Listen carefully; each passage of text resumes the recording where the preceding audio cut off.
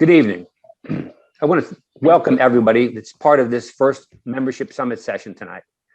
I want to say thank you to Patrick Eakes, who is the Rotary Coordinator for Zone 33. I also want to say thank you to Terry Weaver, who's the Assistant Rotary Coordinator for Zone 33. Those two have been instrumental in putting these programs together and are here with us tonight. I want to say thank you to Stephanie Urchik, Rotary International Director, Zone 33, 34, for taking time out of her extremely busy schedule to be with us. And I really want to say thank you to our DG chain, District Governor-elect Vince Costa, District Governor Marie Fallon, District Governor nominee designate John Hartman for their support in all their efforts in promoting these sessions. Thank you to the membership committee that's chaired by past District Governor Cherie Sears and past District Governor Linda Fisher Bruce for their efforts and their encouragement to me constantly to continue to improve membership in our district. And a big thank you to all the assistant governors for their promotion of these sessions. Every meeting, every time they talk to their clubs, they were promoting these sessions. But mostly I want to thank you. Everybody that's here that's taking time out of their busy schedules to be here. I want to thank you for your commitment to grow membership in your club and in District 7305. We face a common problem. Not enough new members are being added to our clubs. Just about every club is going to lose one or two, or maybe even three members a year. That just can't be stopped. Relocations, change of occupation, passing away, these will account for those losses just about every year. But we know that doesn't seem to be a big problem. Clubs always add a few new members every year. But have you stopped and thought about what happens when you lose two members a year and only add one? Or you lose three members a year and only add two? In 10 years, your 30-person club is now a 20-person club. And many of those 20 members are now 8 to 10 years older. With fewer members and the advancing age of the ones that are left, the club becomes less vibrant. Your club will probably do fewer and smaller service projects, smaller district grant projects, smaller fundraising events. Your club will have less impact in your community. Your club will become less attractive to potential members and less likely to retain new members. Your club just won't be that great anymore. It'll be a very uninspiring experience. When that happens, it's tough for a club to attract and retain new members. Now, I know what you're thinking. That'll never happen to us. Sure, we're smaller than we used to be, but we're a great club. We've got a bunch of great members, and we do a lot of great things in our community. Well, let's face reality. In the past 15 years, 31 clubs have disappeared from our district. Let me repeat that. 31 clubs in the last 15 years are gone due to lack of membership. Clareton Glassport, Duquesne West Mifflin, North Versailles, McKeesport, Midland, Millville, South Hills, Southside, Crescent, Jeanette, Masontown, Myersdale, Penn Trafford, Republic, Windber, Squirrel Hill, Hempfield, Northern Washington, New Stanton Youngwood, Robinson Township, Mount Lebanon Sunrise, Donegal Laurel Highlands, Monroeville Sunrise, all gone in the last 15 years. Many of these clubs were 25, 30 member clubs back in their heyday. They had great members and they did great things in their community, but lack of membership growth caused them to eventually close their doors. Now, I know what you're thinking. That's happened over the last 15 years. So let's talk about something that's happened recently. Rotary District 7305 and Rotary District 7330 merged July 1st, 2019. One of the reasons for this merger was declining membership in both districts. It's been a challenge in the past, and it continues to be a challenge in the present. So, okay, enough of what's happened in the past and where we are now. Let's talk about what we're going to do moving forward. It's been a priority of the district governor chain, the membership committee, and the assistant governors this Rotary year to help our clubs retain and engage their current members and to achieve moderate and consistent club growth. We know that clubs have faced many challenges in growing membership in the past, and we know that COVID-19 pandemic has added even more membership challenges to every single club. This is a difficult time. So this is when we need to be our best. This is when we need to say, we can do this. We can grow our clubs. Rotary has a great story to tell. It's not hard to talk about all the great things that we do as Rotarians and all the great projects the Rotary is involved in. Unfortunately, we tend to tell those stories among ourselves. We don't let people outside our organization hear these stories, and we surely don't have a good procedure in place to attract and retain people who would love to be part of what we are doing. This is what the upcoming membership summit sessions will do for your club. They will give you a proven and successful strategies to strengthen and grow your membership. If we can get membership right, just about everything else will become easier to accomplish. I know that all of you recognize these challenges, as I know that all of you want to address these challenges. That's why you're here. And I greatly, and everyone involved in this greatly appreciates this. I know that by the time these weekly summit sessions are over, you'll feel you have a real plan in place for what you'll achieve constant membership growth in your clubs. It won't be left to chance. It won't be something that a one-person membership committee will have to accomplish. It will be a combined effort of many people in your clubs to make this happen. I know you can do it. And more importantly, I know you will do it. Thank you so much for being part of this evening. With that, I'd like to introduce our first speaker. Our first speaker is Terry Weaver, Zone 33 Assistant Rotary Coordinator and IT Administrator for Zones 33 and 34. Terry is a past District Governor of District 7750 and is a member of the Rotary Club of Greenville, South Carolina.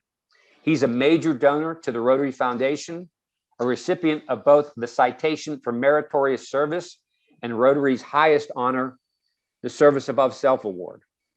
Terry and his wife, Pam, have 2 children and 4 grandchildren, evenly split between Chicago and Atlanta. Please welcome my friend, Terry Weaver. Now I'd like to introduce you to Patrick Eakes. Patrick Eakes is Zone 33 Rotary Coordinator. Patrick is a past District Governor of District 7690, the Greensboro, North Carolina area. He's also past president of the U.S.-Canada Golfing Fellowship of Rotarians. He is a major donor to the Rotary Foundation, a recipient of both the Distinguished Service Award and Rotary's highest honor, the Service Above Self Award. Patrick and his wife, Kristen, have 2 children, both of whom are active in Rotary projects. Welcome, Terry and Patrick. With that, I will turn it over to you, Terry. Al, I'm going to actually jump in. Thank you for that introduction, and thank you for setting up this session so well. You hit the nail on the head in so many ways. First, I want to say thank you all for allowing us to be with you. I enjoy your district a good bit. I'm up your way in non-COVID times pretty frequently as I have clients in your district, and I love your part of the state. I've been in a couple of weddings in your district. I love the people. I love the area. So it's nice to be with you virtually since we can't get together in person. Let me mention that you're likely to have some questions pop up as Terry and I present tonight. And we would love for you to go ahead and ask those questions. Sometimes it's hard to hold on to a question for 30 minutes and then to remember it to ask later. You can just put those in the chat box and suggest that you use all caps so that we can quickly see it as a question.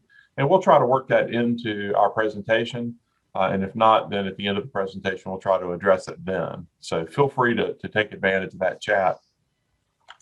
I'm going to talk about 5 things that I wish all Rotarians knew and believed about membership. And You were sent this earlier as something you could print, but it's also on the screen.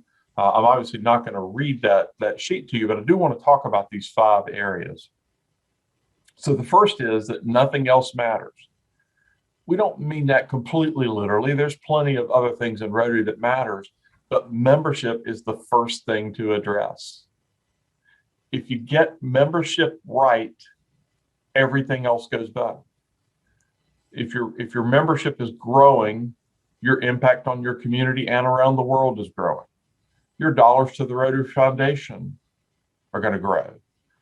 Your public image, how you're seen in the community is going to grow. So when we say nothing else matters, we mean this has to be job one. And it should be so much job one that as an incoming president, that you're starting on that well before the year starts, meaning April, May, you're gearing up. You have a membership committee in place, not a person, but a committee, and that you're actively working on this. That you get this part right and you get this part planned and in motion, and then you can work on the other areas that deserve your attention. Al touched on this before. Attrition is real. It's going to happen. You can have the greatest Rotary Club in the world, and you're still going to lose members because life happens. As Al said, people move, people pass away, life circumstances change. There's any number of reasons that can cause people to leave, but they're going to leave. And we know, looking across our zone, which is basically from your area, from the western half of Pennsylvania down to the South Carolina and Georgia line, we know that our districts consistently lose 14% of their members every year. Every single year, 14.1% tends to be the number. So you have to accept that and know that, and just go ahead and plan for 15% losses, and know that if you're going to be a growing club and coming out of this 5 weeks together, we're planning on you being a growing club, being in a growing club, then you have to plan to add 20%. Okay. If you're a club of 20, then you need to add 4. I know you're saying nobody told me there'd be math involved, but you can do this math. 20% of your starting number, that's what you need to be targeting to add. So you have to accept that this attrition will happen. Retention is important for the long term. Okay, as a long-term strategy, retention is important. Holding on to your members is important, but you cannot retain your way into growth. If you retain 100%, that still won't make you grow. So retention is a long-term strategy and one that needs to be in place, but with very few exceptions, it's not the most important part of you having a club that's in a growth mode. We'll be talking more about that over the next few weeks. Clubs need membership growth every year. Clubs are either growing or they're shrinking. So you want to be in the group that's growing and working, as we said, planning for that 15% of attrition and being sure that you exceed that in your attraction rate, the percentage that you're bringing in as new members to your club. We're going to talk about how to do that. That number 5 there, it takes intentional strategies. That's a fact. And we're going to spend a good bit of week number 2 talking about proven strategies that if you put into place, if you're intentional about implementing those strategies, you will attract members. As I said, they're proven. They work for clubs of all sizes, all styles, because we all know our clubs have a little bit different personality, but these strategies are broad, but you must be intentional. You will not just get lucky and grow in Rotary, because remember, the attrition part's going to happen whether you're doing things perfectly or not. The attraction part, bringing in the new members, takes intentionality. And so we're going to spend a good bit of time over these 5 weeks talking about how to intentionally grow the club. And you'll see a note in there that there's some items that there's some strategies you might think work that we pretty well have established don't. And one of the other things that Terry does, in addition to being our chief IT person and serving as an assistant Rotary coordinator, is he is a data expert, and he has spent, I might not be exaggerating to say thousands of hours, but definitely hundreds and hundreds and hundreds of hours pouring through data to know what works and what doesn't work. Again, we'll talk more about that, about what doesn't work, but more importantly, what does work.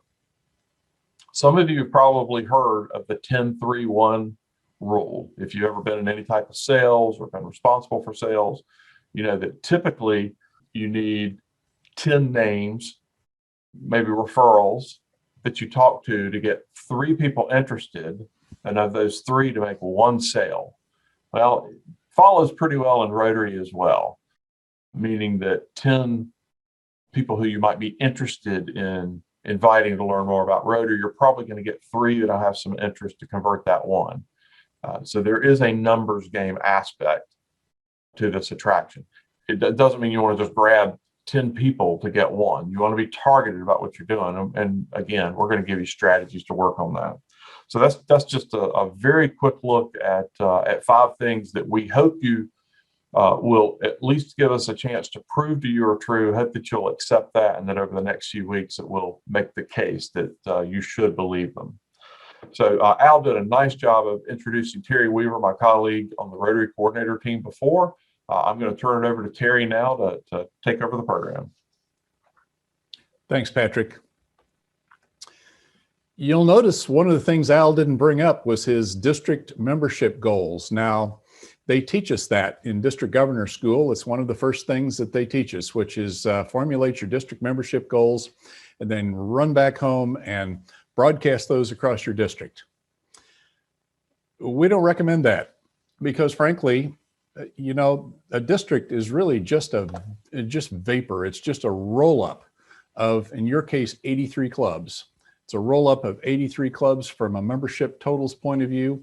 From a Rotary Foundation support point of view, the only reason a district exists is to help you be the best Rotary club you can be. In fact, you're not even accountable to us. It's really the other way around. So rather than talk about district membership goals, and we're not doing that, let's talk about your club. Let's talk about some ideas. Let's say some challenges we might put in front of you. You can adopt them or not. But here's some ideas for how you might think about building the goals for your club, not only for the balance of this year, but also for your presidents-elect going into 2021-22. So here's some ideas. If your club's over 25 members, here's our suggestion. Plan to grow your club by 10 members or 10%. You take your choice. 10 members makes more sense for very large clubs. 10% makes more sense for pretty much most of the clubs under 100 members. Now, if your club's below 25 members, the game changes. We're suggesting that if your club is below 25 members, you put a significant challenge in front of your club to grow to 25 members. It is a point of critical mass, and I'll demonstrate why I believe that. Now, if you're so far away from 25, you can't see it from there. If you're below 15 members, for example, why don't you just think about closing the gap between where you are and 25 by half? If you're at 15, for example, you know, if you could get to 20 by the end of 1 year and 25 by the end of next year, that'd be a good day. You don't have to get all the way at the same time. And Al mentioned consistent and moderate membership growth. That's what this is about. Consistent and moderate, 2, 3, 4 members a year, consistently, nothing flashy. Let me show you some data. This is data about real Rotary clubs. Now, they happen to be from my district, but your district is no different. Here's a Rotary club, and this is a 5-year time base, figured out how to manage their way from 22 members down to 13 members over 5 years. Now, they managed their way there. It didn't just happen. This club chose strategies and executed those strategies that got them from 22 to 13 members. It was not accidental at all. Here's another one. This doesn't look so bad. Here's a club that was at 17 members, flirted with 20, but then 2 presidents in a row failed to pay attention to membership, and this club ended the 5-year window at 13 members. Now, I ask you, if you were a naturalist, if you were looking at a population in nature and you saw a 5-year trend like this, what would you say? Would you say this is an endangered species? Most people would. And that's exactly what it is. Let me explain. Now, I want to be just real clear. I'm not picking on small clubs here. You've got a lot of them. A lot of you folks on the call today are from clubs under 25 members. I am suggesting to you not that you can't serve your communities, because you do. I'm suggesting not that you can't support the Rotary Foundation, because I know you do. I'm suggesting to you that this is a sustainability issue. Here's a club that managed their way down from 22 to 12 members over 5 years. Now you'll notice that glide path. That glide path is so consistent. This 2-member a year thing is across an entire zone. And what it is, I think, is that 2-member a year net membership loss seems to be within the threshold of pain of most clubs. We can just shake that off. We can excuse ourselves for that. And this is the way that script goes. Oh, you know, we lost Charlie and Jim, but yeah, they weren't really doing that much anyway. And we still got a good solid core. So we shake off that 2-member a year failure. That's what it is, failure. When you end a year with fewer members than you started, that, folks, is failure. That 2-member a year failure, we shake it off, and then you know what it is? Next year, it's lather, rinse, repeat. We forget all about it, and we drop another 2. That's what you see here on the screen. 23 to 7, 23 to 15. What do you suppose happens over the next 5 years after this 23 to 15 member decline? Well, folks, here's what happens. It happened in 31 of your clubs over the last 15 years. It's game over. What happens is the club gets down to a level of mass that is not sustainable. Now, again, I'm not picking on small clubs, but this is a wake-up call, folks. Don't mistake it. Here's what happens. I've watched this countless times in my own district. When you slip below a critical mass of about 20 members, the next thing that happens is you start on that 2-a-year downward glide path from 18 to 16 to 14. Nobody even realizes what's happening. Every now and then somebody looks around and says, hey, you know, there used to be more people in the room. Then you get down to meetings of 10 or 12 members. You have trouble attracting speakers. Am I right? Nobody wants to come out and put the time and effort into preparing 20 minutes of material for a room of 10 or 12 people. That's when you start having trouble attracting new members. Somebody comes and visits your club and says, where is everybody? I thought this was Rotary International. What is this about? You also then begin having trouble executing meaningful projects. The 80-20 rule applies to most all of life. 80% of the work gets done by 20% of the people, whether that's 20% of 100, 20% of 50, or 20% of 20. And as Al mentioned, these same clubs have something else in common.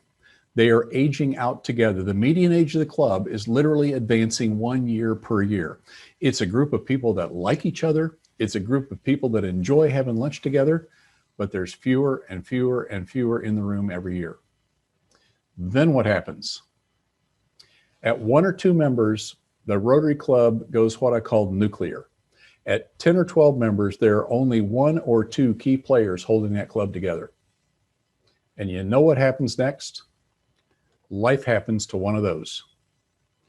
Illness of themselves or illness of a spouse, a change in life situation, moved away for whatever reason, left the town where perhaps they raised their children, moved off to where their children are now. And folks, here's the thing. You know those names. If you're living in one of these situations, you know who those people are. I can tell you the names of each of the individuals that were holding together the last 6 clubs that we lost. I can tell you the names. And in the case of the last club we lost, it was a couple. It was a couple. Jack and his wife left a small town in South Carolina, decided to move closer to where the kids lived, and you could set your watch by it. 6 weeks later, club's gone. But this can be fixed. Here's a fact. I took a serious shot at this the year I was governor, 2015-16, because I realized in 2014-15, 10 of the clubs with the largest percentage of membership loss in my district, 9 of those were under 25 members. I said, whoa, there's something about this. Those 9 clubs, folks, lost 30 members. A net loss of 30 members, in fact, is what took our district negative that year in terms of overall membership. In 2015-16, it was a whole different story. In 2015-16, the 16 clubs under 25 members had a net gain of 18 members. We started paying attention to it. So here are some of those stories. This doesn't have to be that way. Rotary clubs recover from this scenario all the time. Here's a club that recovered from a low of 22 members to 36 members in only about a year and a half. Today, they're 37 members. Here's another club. Grew themselves from 28 to a peak of 43 and then a rebound to 39 members again in the course of the same 5 years when sister clubs declined from 32 to 22. Here's another one, 25 to 31. But that's not the backstory. This club was actually down to 14 members at one time. This club put itself back together, 2 courageous presidents back to back, put this club back together, got it up above the 25 member threshold, and then moved it on up into solid critical mass of membership above 30. Here's another story. January 2015, I delivered this same script to a group of presidents-elect at a pre-pets. This is one of those clubs who had managed itself down to 13 members by that time. The president-elect went home and said, you know, Terry might be right about that, and actually invited me to visit the club and do this same presentation. Here's what happened. 18 months later, that club was up over that 20 member threshold, 23 members, and they've maintained themselves up there ever since. Here's another one. Club had managed itself down to 24 members, not perhaps in grave jeopardy, but headed that direction. Said, maybe Terry's right about that. They figured out a way to get themselves from 24 in about 2 years back up above that critical mass of 30. This can be fixed. It doesn't have to be a continuous downward glide path, regardless of your club size.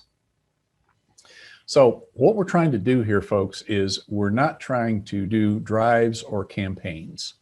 What we're trying to do is build a membership growth culture within your club, where it's simply an article of faith. It's a given that our club grows year to year, consistently and moderately. Nothing flashy, 1, 2, 3 members a year, but we're always headed northward rather than just holding our own or going south. And here's why that holding your own thing doesn't work. A membership growth strategy leads to this membership growth culture. So you have to start with a strategy. And one of the reasons I know this is that when I'm not doing this and I'm not playing with the grandkids, what I'm doing is my encore career of coaching small businesses.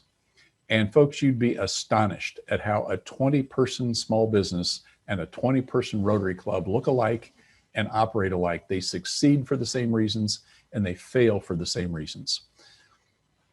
Absent a membership growth culture, your club will shrink. Your club will fail. Absent a strategy and a culture of growth. There's 2 reasons for that. Newton was right about both of them. Friction and gravity. Those are the forces that will cause a club over time to shrink. They're the forces that also cause a small business to shrink. And here's the best metaphor I've found for this. I hope you remember this and use it when you're talking about this with your club members. It's a hot air balloon. You see, a hot air balloon, first of all, has no avionics. It has no control surfaces. The only control in a hot air balloon is a valve connected to a propane tank that fires hot propane up into the canopy. You cannot fly a hot air balloon level. I'll repeat that. It is physically impossible to fly a hot air balloon level. At any given time, either the balloon is rising because the propane's on fire, or the balloon is starting to sink, starting to decline. And that's because, of course, the air in the canopy is cooling off. If the pilot doesn't pay attention to the altimeter and doesn't pull on that chain and fire that propane, then you have what is known in the balloon business as premature contact with terrain. Not a good day. The exact same thing happens in a business. The exact same thing happens in a Rotary Club. And the other part of this metaphor that is perfect is that it is only the addition of energy that keeps that hot air balloon from premature contact with terrain.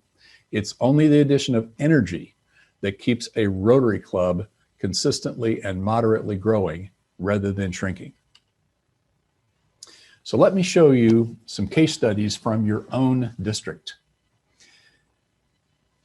As Al mentioned, 31 club failures in 15 years. Let's look at how that happened. Here is a 15-year trend graph of all of those clubs. They all end, of course, in premature contact with terrain at 0. But look where they started from. A 45-member club managed to put itself out of business in 15 years. 30 members, 20 members, 15 members. They all started from substantial, healthy points and found themselves out of business over that time frame. And check this out. Here's that 2-member-a-year glide path. Now, I didn't have this big a data set in any other district to look at. I didn't have any other district that had this many club failures in this period of time. So this 2-member-a-year glide path thing in my part just been observational until I had this data. I laid in this 2-member-a-year line. I said, holy mac, that's exactly the way it happens. The 2-member-a-year glide path, of course, can start at a higher level. It's still 2 members a year, and it still ends up the same place. The fact is that these 31 club failures alone, the loss of members from those 31 clubs alone, explain why D7305 is no longer 2 districts. This alone caused your district to go through the pain and sorrow of having to combine with another district. Now, you might say, well, we got that behind us. Folks, it ain't over. It's nowhere close to over. You have 22 clubs remaining that are under 15 members. You have 22 clubs still on the books under 15 members. Let's look how they got there. They got below the 15-member threshold. Every one of these traces ends up below the 15-member threshold right over here. And look at where they came from. They came from 40, 45, 35, 30, 25, 20, and are now under 15. Now, they didn't quite go on the 2-member-a-year glide path. Actually, most of these followed pretty much a 1-member-a-year glide path, but headed the same direction. Okay? I'm not picking on anybody here. This is just the way it works. This is just the harsh reality of a membership organization. When a membership organization forgets about members, it's all over. So I want you to ask yourself, and maybe ask some of your other club members at the same time, after you kind of process all this and recover perhaps, and you know, if I've upset you here, I apologize for that, but I hope that's the case. Why is my 16-member club only 16 members? Why is it we can add 1 or 2 members a year to maintain 16, but we can't add 3 or 4? That doesn't even wash. Why is it we can find 2 members, but we can't find 3? Well, the answer is because we stop. Could we just be victims of a small club mindset? Have we just started thinking of ourselves as a small club? In fact, one of the small clubs in my district that is on its way to failure, I'll say that. It's on its way to failure, still standing. They used to call themselves the little club that does. They even adopted a small club mentality in their club's tagline. What could we do in our community if we had 32 members? And folks, it's not arguable that a club with 32 members would not be more effective delivering community service than a club of 16, is it? What would it take to get there? It'd take 1 or 2 net member gain a year. It'd take 1 or 2 net member gain a year for less than 10 years to get from 16 to 32 members. So I'm asking you folks, is it just a small club mindset that's standing in your way? In my particular county, there are 11 Rotary clubs. They range in size from 14 members to 220 members. They're working exactly the same prospect base. It's exactly the same population that we're all going after, yet one club has not figured out a way to get itself out of that 14-member rut. They've simply decided, we're a club of 14 members. So what I wanted to do at this point then is talk about the flip side of this, talk about some of the, shall we say, dynamics of how Rotary Club membership works. This started with a project. This gauntlet was thrown by Patrick's predecessor, Chris Jones. It was tossed to me as I started looking at membership data in my own district. And Chris said, you think you could look at that in other districts across the zone and learn anything from it? Now, granted, Patrick and I are both recovering engineers. And so this kind of appealed to me. And frankly, it got more interesting when I realized that I could look at data from 846 Rotary clubs across 16 districts over 6 years. That's a big, nice, rich data set to roll around in. And here's what we learned. There were some encouraging results. First, despite the fact that Rotary membership is declining in North America, and despite the fact that Rotary membership has been declining in Pennsylvania, it is not true that Rotary clubs in general are declining in membership. In fact, not all your clubs are. There are clubs in District 7305 that are consistently and moderately growing, just not near enough of them.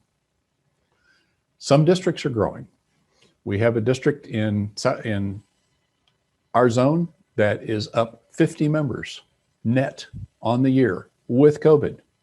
Net 50 member gain since July 1st. Some zones are growing. Our zone has been in that club over the past 4 years. So here's what we discovered. First of all, this idea of attrition is real. Attrition happens in a membership organization. Not everybody is going to re-up every year. And that average is about 14%.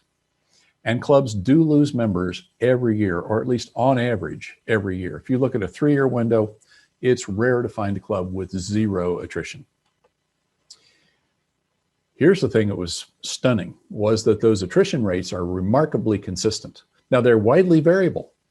There are clubs in your district at 8% attrition. There are clubs at your district over 30% attrition. But they're very consistent for each of those clubs. 1 year pretty much foretells the next. It's pretty easy to forecast. So this idea of retaining members, holding on to members is essential. Every member you keep is a member you don't have to replace. And the way to retain members is the club experience. As Patrick mentioned, though, I'll say this again, retention is highly overrated as a growth strategy. You can't retain your way from 15 to 20. Sooner or later, you have to go out and attract some folks.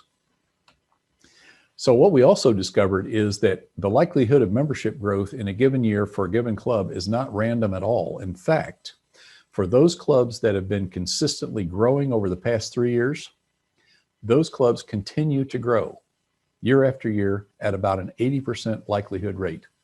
In other words, if I look at your club's data and I see net membership gain from over the past 3 years between July 1st, 2017 and July 1st, 2020, I can predict with 80% certainty that club's going to continue to grow.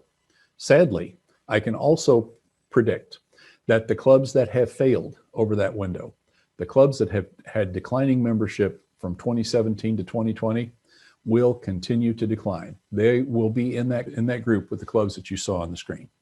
And then there are some clubs holding their own, identified as clubs that have grown or shrunk less than 5% over a full 3 years.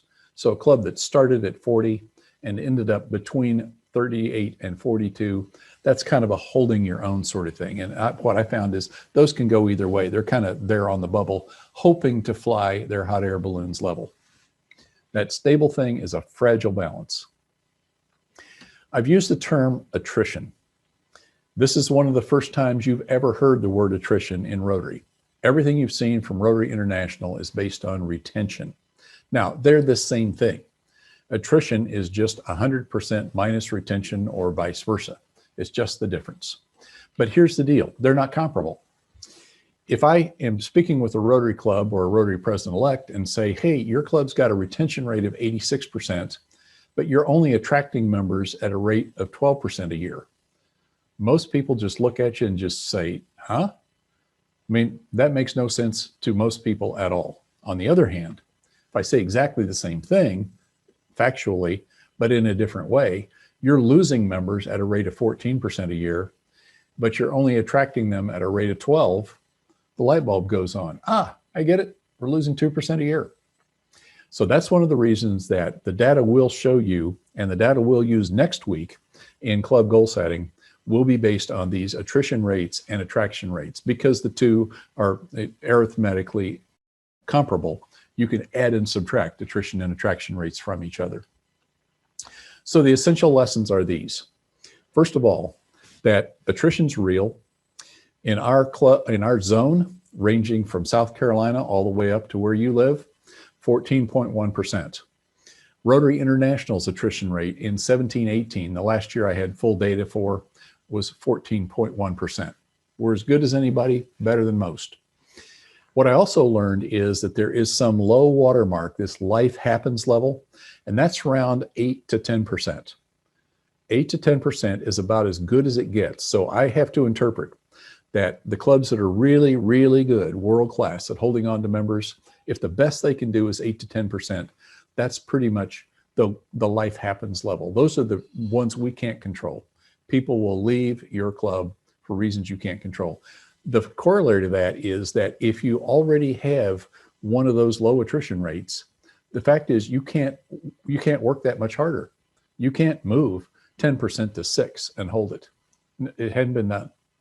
So if you're at that 8 to 10% attrition level, keep doing what you're doing, double down on the club experience that you're delivering to your members. That's what's keeping them there, but let's go find some. You're going to have to find more members in order to grow. District 7305, your attrition rate is slightly higher than the zone, but this is a very tight band. The entire differential between the best and worst attrition rates in our zone don't vary more than 2% off each side of 14. So your club's a little bit higher than average, but certainly not critical. Attrition rates of more than 15%, on the other hand, that's a little bit of a red flag. That's something that needs attention. We're losing members faster than the average club in our district. We ought to be paying attention to that. Again, overrated as a growth strategy, but something that's critically important to your membership plan overall is holding on to existing members. At the end of the day, you have to attract members at a rate faster than the rate at which you lose them. But for that, you need to know your club's history. It's essential to know what the history is in your club, because as I hope I've demonstrated here, it's highly predictive. It's likely to happen all over again pretty much the same way the next year. Now, if you didn't have any data at all, if we're operating in a data-free environment, which we're not, but if we were, you could say, well, in general, if I could stay below that district average of 15% attrition, and if I could maintain an attraction rate above 20%, my club would be guaranteed to grow by 5%. If you put those two combination strategies together, hold on to members at a rate of losing no more than 15% of them, and then have a membership growth plan that says we're going to attract members at 20% or better. So that says in a 40-member club, for example, we want to lose fewer than 6, which is about average. But if we want to grow, if we want to end up at, say, 42 members at the end of the year, we're going to have to go find 8 to replace the 6 and grow by 2. As I mentioned, Patrick and I are both recovering engineers. We've been problem solving all our careers, and both of us have learned that here are 2 things that are essential to problem solving. Knowing exactly what problem you're trying to solve, which in this case is either an attrition problem or an attraction problem. Perhaps both, perhaps neither. In some of your clubs do not have either of these problems. You need to simply double down on what you're doing because it's working. So the conclusions are these. We didn't find anything in the external environment that explained either growth or decline. We saw clubs in the same town meeting literally blocks from each other, one growing, the other declining. How do you explain that? Those reasons live within the club. They are attitudes, they are culture, they are strategies, and their commitment that has been insufficient to cause those clubs to grow. So here's our challenge. You're the front line in the Army fighting Rotary's biggest enemy, which is not Kiwanis, it's complacency. And if you wonder if that terminology is true, I went to my research source, Wikipedia, to see what the definition of complacency was, which was a feeling of quiet pleasure or security, often while unaware of some potential danger or defect. That's what the first segment of today's program was about. If your club has let itself slip to that below 20 members watermark, you must be unaware of the potential danger or defect, which is the potential lack of survivability of your club. So attrition's real. It's easily calculated from data that we have. You have to exceed your attrition rate in the rate that you attract members. And folks, chronic membership decline is just a symptom of leadership dysfunction within the club. If you have convinced yourself that your club is okay by dropping 1 or 2 net members a year, folks, you got a leadership problem. And you may not be able to fix that yourself. My job as a small business coach, I get hired by companies who can't figure out how to fix themselves. They look to somebody like me to help them with their operations problem, their sales problem, their compensation problem, whatever that is. It's not always the same. So if you can't fix yourself, and I'm guessing that if you could, you would have done it by now, ask your district membership team for help. That's why they're there. Al and your district membership team, your district membership chairs, they're there for you, and they can help. Let's talk a little bit more about this retention thing. I took a hard look at this, particularly in your district. And here's what I learned. Your district, 7305, has the largest number of clubs with the lowest attrition rates of the entire zone. You have more clubs with low attrition rates than any other district in our zone. So it ought to be growing, right? Well, not so much. Here's a graphic of all 83 clubs. Down below the line are the attrition rates, and they're in order from worst to best. Minus 40 over on the left-hand side and less than 5 on the right.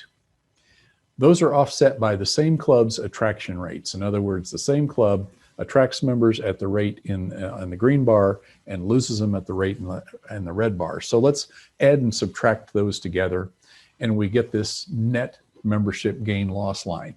Now you'll notice that over on the left-hand side where we've got high attrition, those clubs are definitely impacted and definitely failing because of that high attrition. But once we get past about a 17% attrition rate, as you smooth out that net gain loss line, what you'll notice is that in your district, 7305, clubs that have attrition rates below 17% are not growing any more than those who don't. In fact, the farther you get to the right of this graph, the lower the attrition rates are, but look what happens. The attraction rates drop too. We've convinced ourselves that it's okay to not grow our clubs.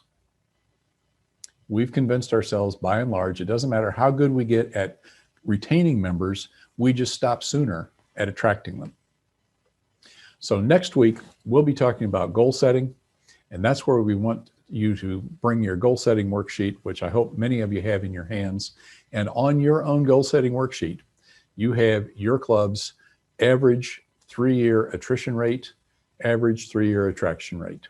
So based on what we've talked about tonight, you can do your own assessment of what problem you're trying to solve, but we'll come back to this next week and actually work through those numbers. So be happy to take questions if you have them. And we have a little bit of time here to kind of wrap this up. If you want to ask a question out loud, just press your space bar to unmute yourself. Here you go. I have a question for you. Sure. So, I'm listening to all your data, and that's all very well. I mean, it's good to see, the data that you present. And I happen to be the membership chair of our club.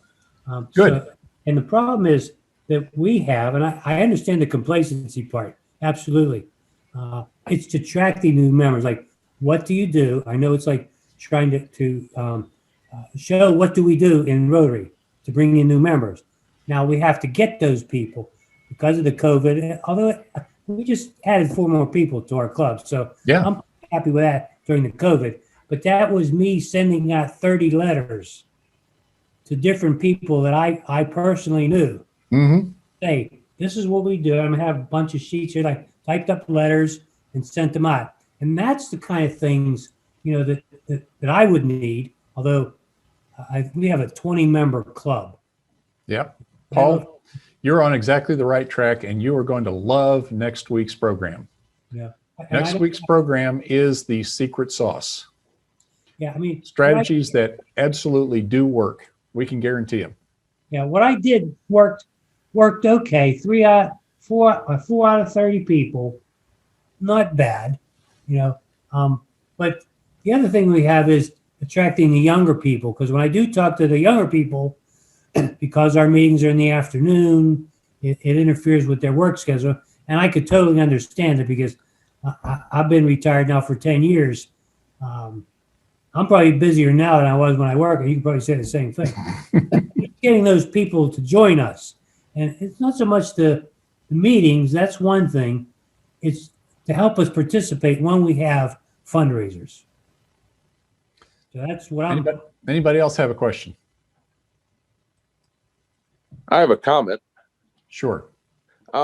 Basically, I think as far as membership goes, the ones that I think we really have to look out for is obviously the attrition is extremely important, and you see a crisis level with a lot of these clubs, but we also want to find quality members that are looking to really get into the Rotary mission. And I think people do that pretty much very well. But where I find people recruiting members is something where maybe they're lacking something in their life. I'm a member of a satellite club, which meets at night. And that's really can help out a lot of people that maybe don't have time to go to a lunch club or a breakfast club. So, I really think obviously we want to have quality members. Obviously, a lot of people join Rotary for the networking initially and everything. That's what I did. But I really found the value as far as a life changer of being involved in the Rotary. So basically what I'd be interested in more is trying to find the quality members, the members where they're going to be the ones when you're doing the projects. With any club, usually you have the core members that are doing all the events and everything. So, but a great presentation. Thank you. Thank you. And absolutely, I have had people, perceive that this is about numbers, and it's not. This is about quality. This is about people who, in most cases, are already Rotarians. They just don't know it yet. There are people out there interested in what we do. We just aren't talking to them, or at least not enough of them. Anybody else? Are we really the point of getting people so that we network? I think sometimes isn't as good of a sell as it used to be in the old days, because you can Google if you want somebody to help, I don't know, landscape your yard or something. I think there's a whole group of people out there that would be more attracted, or also attracted by showing them the service. So just maybe the guys in Evansville, helping each other out with their businesses and stuff, I think is kind of an old way, maybe, in my point of view. And that service is really attractive to people. And if you can give them ways to do meaningful things that help others, whether they show up at every meeting or not, those are great Rotarians I'd love to have. Yeah. And, we can't really predict in advance why somebody might be interested in Rotary. Some will be service, some will be networking. And it's also, interestingly, hard to predict why they'll stay, because people might join Rotary for one reason and then completely discover, hey, this is a whole different deal than I thought it was. Now, in my particular case, it's been a combination of both.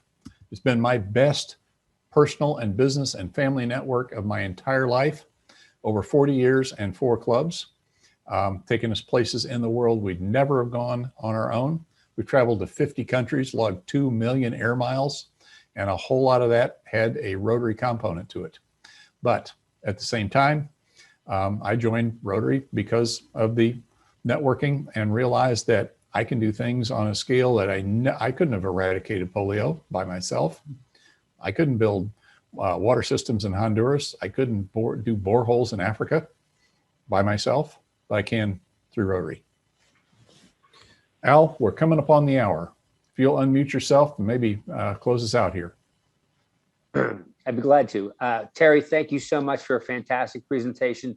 Patrick, thank you for a great presentation. Stephanie, thank you being here the entire hour. I know that you've got so many demands on your time, but most of all, thanks everyone for being here through this. This was somewhat of a wake-up call.